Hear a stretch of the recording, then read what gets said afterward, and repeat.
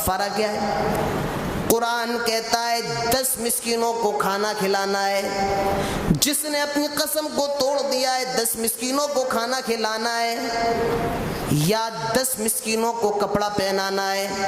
کھانا کوئی بہت اسٹینڈرڈ نہیں، بہت لو درجے کا نہیں، بلکہ اوسط درجے کا، میڈیم درجے کا، جو آپ اپنے گھر پہ کھاتے ہیں کھلاتے ہیں.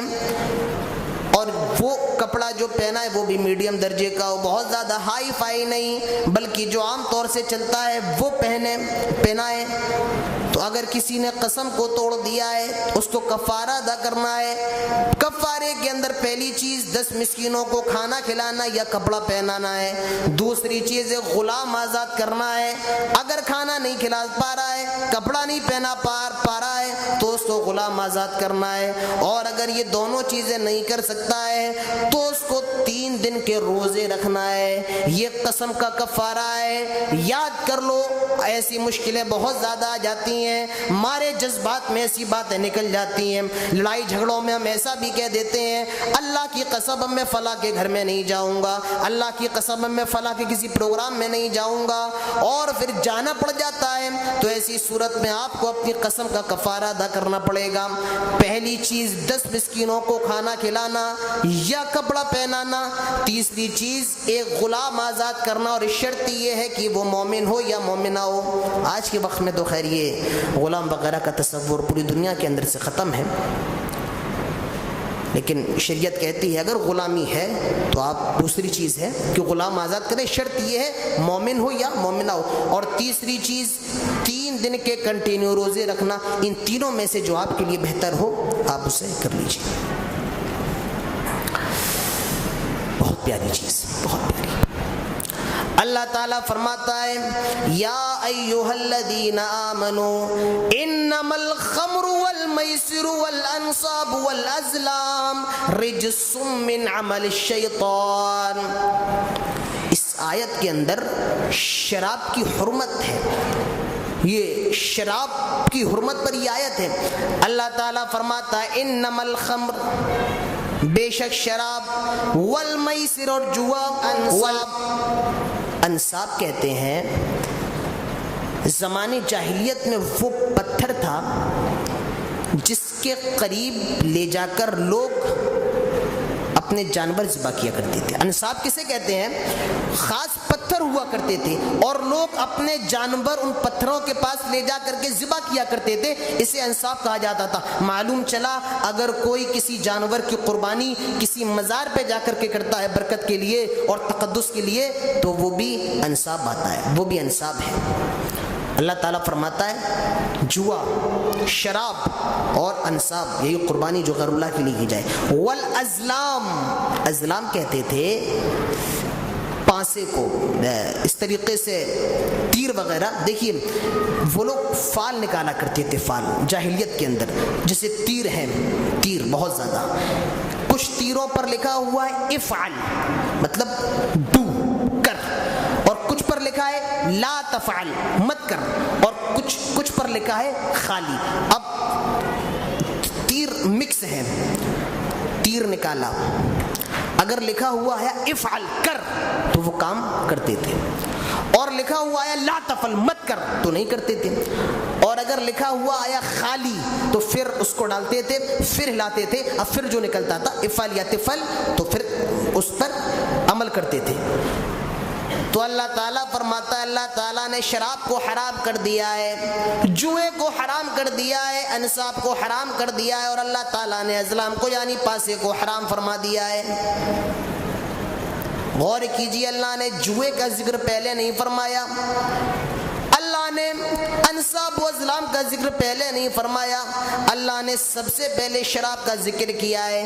اس کا مطلب یہ ہے شراب یہ بہت بڑا گناہ ہے، بہت زیادہ ڈینجر گناہ ہے. اور یہ شراب اتنا زیادہ ڈینجر گناہ ہے، اتنا زیادہ ڈینجر گناہ ہے، اس کا اندازہ آپ قرآن کی اسی آیت سے لگا سکتے ہیں. انما الخمر والمیسر والانصاب والازلام رجس من عمل الشیطان. انما الخمر، شراب. اور معاف کیجیے ایک نقطہ اور بتاتا چلوں، شراب وہ نہیں ہے جو بوتلوں میں رکھی ہوئی ہو، شراب صرف اسے نہیں کہا جائے گا جو مارکیٹ میں مل رہی ہو. اللہ کے نبی شراب کے بارے میں فرماتے ہیں شراب کیا ہوتی ہے؟ صرف پینے والی چیز شراب نہیں ہوتی. اللہ کے نبی فرماتے ہیں کل مسکر خمر وکل مسکر حرام. ہر نشہ کرنے والی چیز شراب ہے. ہر نشہ کرنے والی چیز جس کے کھانے سے یا پینے سے نشہ آئے. کل مسکر خمر, ہر نشہ کرنے والی چیز شراب ہے, اور ہر شراب, ہر نشہ کرنے والی چیز اسلام کے اندر حرام ہے. لہٰذا کوئی اس کا مطلب صرف وہی شراب نہ نکالے جن جن چیزوں سے نشہ آتا ہے, اور جو جو چیزیں ذہن پر پردہ ڈال دیتی ہیں وہ ساری چیزیں شراب کے اندر داخل و شامل ہیں. شراب کیا ہے؟ جس جس چیز سے عقل پر پردہ پڑ جائے وہ سب شراب ہے. میسر کیا ہے؟ جس کے اندر ہار اور جیت ہو. آج گھوڑوں کی ریس لگ رہی ہے, اس نے اتنا لگا دیا, اس نے اتنا لگا دیا, یہ بھی میسر ہے. کار ریس ہو رہی ہے, یہ بھی میسر ہے. یہ ساری چیزیں میسر کے اندر آتی ہیں, ساری چیزیں. اور شراب جو اللہ نے حرام کی ہے وہ ایک بار میں حرام نہیں کی بلکہ اسٹیپ بائی اسٹیپ. اس سے یہ بھی معلوم چلا اگر کسی آدمی کو کسی گناہ سے روکنا ہے تو ایک دم مت روکیے, آہستہ آہستہ, درجہ بدرجہ, اسٹیپ بائی اسٹیپ. اب دیکھیے اللہ نے پہلے کیا کہا تھا, قل فیہما اثم کبیر ومنافع للناس واثمہما اکبر من نفعہما.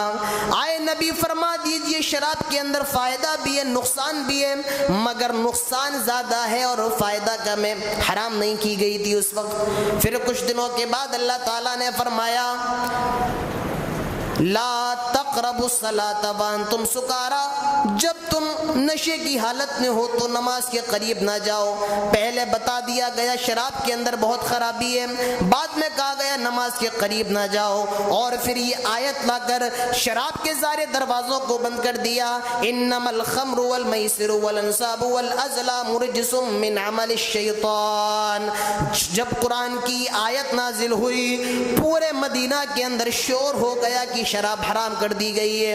اور جانتے ہیں مدینہ میں لوگ پانی سے زیادہ شراب پیا کرتے تھے. حضرت انس بیان فرماتے ہیں میرے گھر میں میرے ابو موجود تھے, ابو طلحہ انصاری موجود تھے, اور کچھ مہمان آئے ہوئے تھے. میں شراب پیش کر رہا تھا, لوگوں میں شراب بانٹ رہا تھا, لوگوں میں شراب تقسیم کر رہا تھا. میرے کانوں میں حکم ہوتا ہے, میرے کانوں میں آواز جاتی ہے, ایک اعلان کرنے والا اعلان کر رہا ہے, ایک قاصد یہ پیغام پہنچا رہا ہے کہ نبی کے اوپر وحی آ چکی ہے, شراب کے دروازوں کو بند کر دیا گیا ہے, شراب حرام ہو گئی ہے. حضرت انس بیان فرماتے ہیں ابھی لوگوں نے اپنے اس گلاسوں کو اپنے ہونٹوں سے لگایا تھا, جیسے ہی حکم سنتے ہیں وہ سارے گلاس پھینک دیے جاتے ہیں. حضرت ابو طلحہ فرماتے ہیں آیا انس شراب کے سارے مٹکوں کو توڑ دو اور اس کے جتنے برتن ہیں سارے برتنوں کو توڑ دو. اب حضرت انس فرماتے ہیں جب یہ شراب کی حرمت کا حکم ہوتا ہے پورے مدینہ کی گلیوں میں سے شراب بہ رہا ہے, گویا کی شراب کی باڑھ آ گئی ہو اور شراب کا سیلاب آ گیا ہو. پورے مدینے کی گلیوں میں شراب بہ رہی ہے. اندازہ لگاؤ شراب کا حکم ہوتا ہے, سارے مسلمانوں نے اپنے اپنے شراب کے مٹکے پھوڑ دیے. صحابہ کہتے ہیں جب کبھی مکے میں, جب کبھی مدینے میں بارش ہوا کرتی تھی تو اس وقت بھی گلیوں سے شراب کی بو آیا کرتی تھی, کیونکہ اس وقت مٹی ہوا کرتی تھی, پتھر نہیں ہوتے تھے.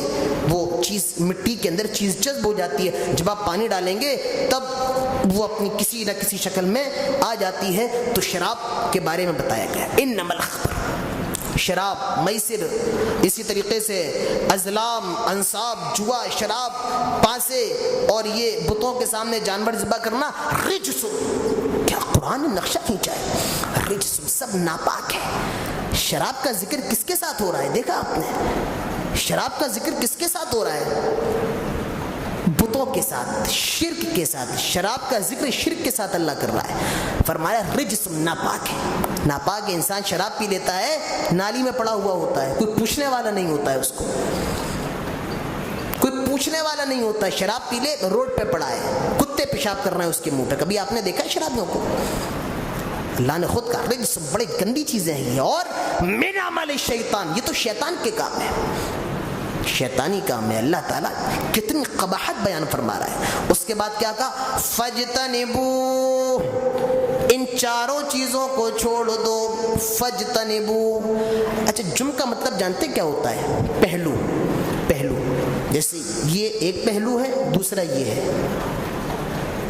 جیسے میز کا یہ ایک پہلو، دوسرا یہ پہلو. اگر یہ مل گئے تو پھر ٹیبل ہی نہیں رہے گی، میز ہی نہیں رہے گی. ندی کے دو پارٹ ہیں، دو کنارے ہیں. ایک جنب وہ ہوتا ہے اور دوسرا جنب، دوسرا کنارہ وہ ہوتا ہے. اب اگر یہ دونوں کنارے مل جائیں تو پھر ندی ہی باقی نہیں رہے گی. اسی لیے اللہ تعالیٰ فرماتا ہے فجتنبو، اس کو چھوڑ دو. اگر یہ اور تم مل گئے تو تمہارا ایمان ہی باقی نہیں رہے گا، تمہارا دین ہی باقی نہیں رہے گا، تمہارے سارے عمل برباد ہو جائیں گے. فجتنبو، ان کو چھوڑ دو. لعلکم تفلحون، تاکہ تم کامیاب ہو جاؤ. یہ بھی پتہ چلا کامیاب آدمی کب ہوگا؟ جب شراب چھوڑ دے گا، جوا چھوڑ دے گا، شرک چھوڑ دے گا اور فال لینا چھوڑ دے گا، تب آدمی کامیاب ہوگا. اس کے بعد کیا کہا؟ انما یرید الشیطان ان یوقع بینکم العداوۃ والبغضاء. اور اس شراب کے ذریعے اور جوئے کے ذریعے شیطان تو یہی چاہتا ہے وہ تمہارے درمیان دشمنی کروا دے، تمہارے درمیان لڑائی جھگڑا کروا دے. آپ بتائیے شراب پی کے آدمی کتنا زیادہ جھگڑتا ہے، راستے میں مار پیٹ شروع کر دیتا ہے، گھر آتا ہے تو اپنی بیوی کو مارتا ہے، اپنے بچوں کو مارتا ہے، اپنے ماں باپ کو بھی مارتا ہے. اللہ تعالیٰ فرماتا ہے شیطان شراب کے اور جوئے کے ذریعے تمہارے درمیان لڑائی اور بغض و عداوت پیدا کروا دیتا ہے. جوئے کے اندر لڑائی جھگڑے نہیں ہوتے ہیں، ارے وہیں شروع ہو جاتے ہیں جہاں جوا کھیلا جاتا ہے. ذرا سا تھوڑا معاملہ آڑا ٹیڑھا ہوا بس وہیں شروع. اور کبھی کبھی نوبت تو قتل تک آ جاتی ہے، مرڈر ہو جاتے ہیں. تو اللہ تعالیٰ فرماتا ہے کہ شراب اور جوئے کے ذریعے تمہارے درمیان عداوت اور بغض پیدا ہو جائے گا.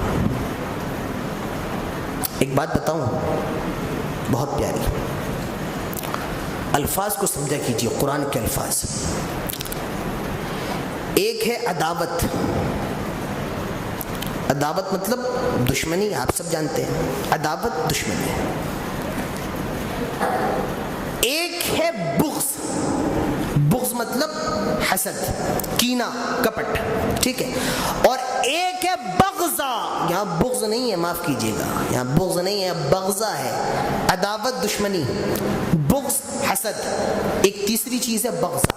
اب سمجھو ان تینوں کے درمیان فرق کیا ہے. عداوت دشمنی، دوستی ہوئی تو دشمنی ختم ہو گئی، ٹھیک ہے. بغض ہے، حسد ہے، حسد بغض ختم ہو جاتی ہے. ایک ہے بغضا. دیکھیے بغضا کے اندر جو عداوت اور جو حسد ہے وہ کبھی ختم نہیں ہوتی ہے. حسد کی کوئی نہ کوئی چنگاری حاسد کے دل کے اندر رہتی ہے. اللہ تعالیٰ فرماتا ہے تمہارے دلوں کے اندر ایسا کینہ، ایسا کپٹ اور ایسا حسد بھر دے گا جو مرتے دم تک ختم ہونے والا نہیں ہے. آپ نے دیکھا ہے دوست ہی دوست کی جان لیتا ہے. کیوں؟ پہلے کوئی مسئلہ ہوا، اس نے وہ چیز اپنے دل کے اندر رکھ لی اور بعد میں اس کا موقع ملتے ہی مرڈر کر دیا، اور بعد میں پتہ چلا یہ کوئی اور نہیں بلکہ دوست ہی تھا. تو اللہ تعالیٰ فرماتا ہے تمہارے درمیان بغض نہیں بغضا پیدا کرنا چاہتا ہے یہ شیطان شراب کے ذریعے. تو اس شراب کو سمجھیے بڑی ڈینجر چیز ہے. یہ ایک واقعہ یاد آ رہا ہے ابن ابی دنیا کا. جی ہاں، ابن ابی دنیا. وہ کہتے ہیں کہ ایک بہت بڑا عبادت گزار تھا، زاہد تھا. ایک عورت کی نگاہ اس پہ خراب ہو گئی. اس نے ایک لڑکی کو بھیجا، جاؤ فلاں عابد کو بلا کر لاؤ، کسی معاملے میں شہادت دلوانا ہے. اس عابد کو بلایا گیا. جیسے ہی وہ اس عورت کے گھر کے اندر آیا، اس نے اپنے دروازے کو بند کر لیا اور کہا میرے ساتھ زنا کرو، میں تمہیں زنا کی دعوت دیتی ہوں. اس عابد نے انکار کر دیا، نہیں میں زنا نہیں کروں گا. کہنے لگی زنا کرنا پڑے گا، زنا تو کرنا پڑے گا، ورنہ اتنا یاد رکھو ابھی شور مچا دوں گی، سارے لوگ آئیں گے اور تمہاری زہد اور تمہارا تقوی یہیں دھرا کا دھرا رہ جائے گا، تمہیں میرے ساتھ زنا کرنا پڑے گا۔ اس عابد نے پھر انکار کر دیا، کہنے لگی ٹھیک ہے میں تمہیں 3 آپشن دیتی ہوں، میں تمہیں 3 آپشن دے رہی ہوں، ان تینوں میں سے ایک آپشن کو چننا پڑے گا۔ کہا 3 آپشن، 3 کون سے آپشن ہیں؟ کہنے لگی پہلی چیز تو یہ ہے میرے ساتھ زنا کرو، کہا وہ نہیں کروں گا۔ یہ چھوٹا بچہ اس کا قتل کرو، کہا یہ بھی نہیں کروں گا۔ یا یہ شراب ہے اس کو پیو۔ وہ زاہد، وہ عابد کہتا ہے یہ شراب تو کم ہے، یہ شراب تو ان تمام گناہوں سے چھوٹی ہے، ٹھیک ہے میں اس کو پی جاتا ہوں۔ حضرت عثمان سے یہ روایت ہے، موقوفاً روایت ہے، اور ابن ابی دنیا اپنی کتاب کے اندر لے کر آئے ہیں۔ اس نے شراب پی لی، اور جب شراب پی چکا تو نشے کی حالت میں اس عورت سے بھی زنا کیا اور اس بچے کو بھی قتل کیا، اس عورت سے بھی زنا کیا اور اس بچے کو بھی قتل کیا۔ تو میرے پیارے ساتھیوں سوچئے کتنی ڈینجر چیز ہے یہ شراب، کتنی زیادہ خطرناک ہے۔ قرآن نے شراب پینے کا دروازہ بند کر دیا، یا ایھا الذین آمنوا انما الخمر والمیسر والانصاب والازلام رجس من عمل الشیطان فاجتنبوہ لعلکم تفلحون۔ یہ شراب اور یہ جوا، یہ پانسے اور یہ انصاب تمہارے اوپر حرام کر دیے گئے، تم اس سے بچتے رہو۔ اللہ نے یہ